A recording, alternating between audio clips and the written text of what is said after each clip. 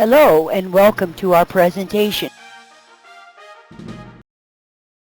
Thinking Like a Banker, sponsored by Sandy Henderson, a chartered retirement plan specialist. Please see me at the website privatefamilybanking.com.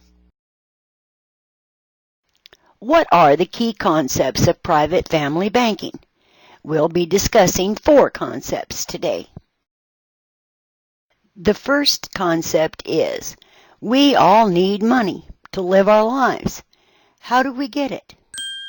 Well, we borrow someone else's, or we use our own cash. The second truth or concept about money is, it costs us every time we make a purchase. We either pay up, that means the interest goes to someone else, or we give up the interest that we would have made after the purchase. In fact, they actually have us coming and going.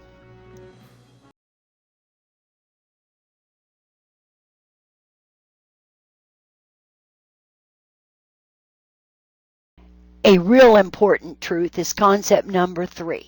We really need to understand this one. Someone will always play the role of the banker in every transaction. Every transaction.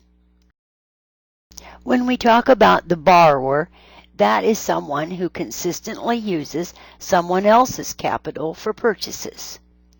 Private family banking can show these individuals how, by creating their own pool of capital to use as their own bank, they can recapture that interest that they have been paying to someone else.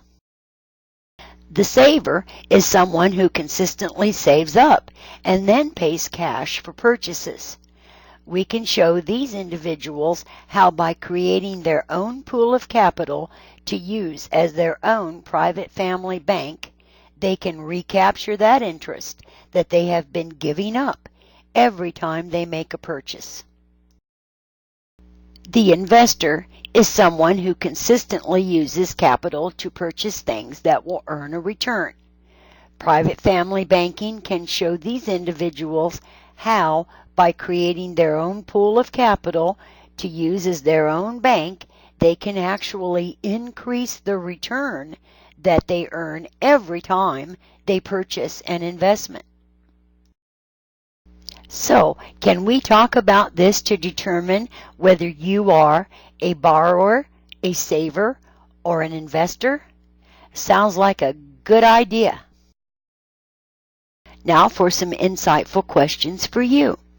What are your financial goals? College money for kids or grandchildren? Funding your retirement? Leaving a legacy? Creating wealth? What are your financial goals? What are your biggest financial fears? Running out of money during retirement, having to lean on the children, or you're not sure how to build a legacy? What are your biggest financial fears? What is your current financial picture? In our next conversation, can we talk about a financial inventory?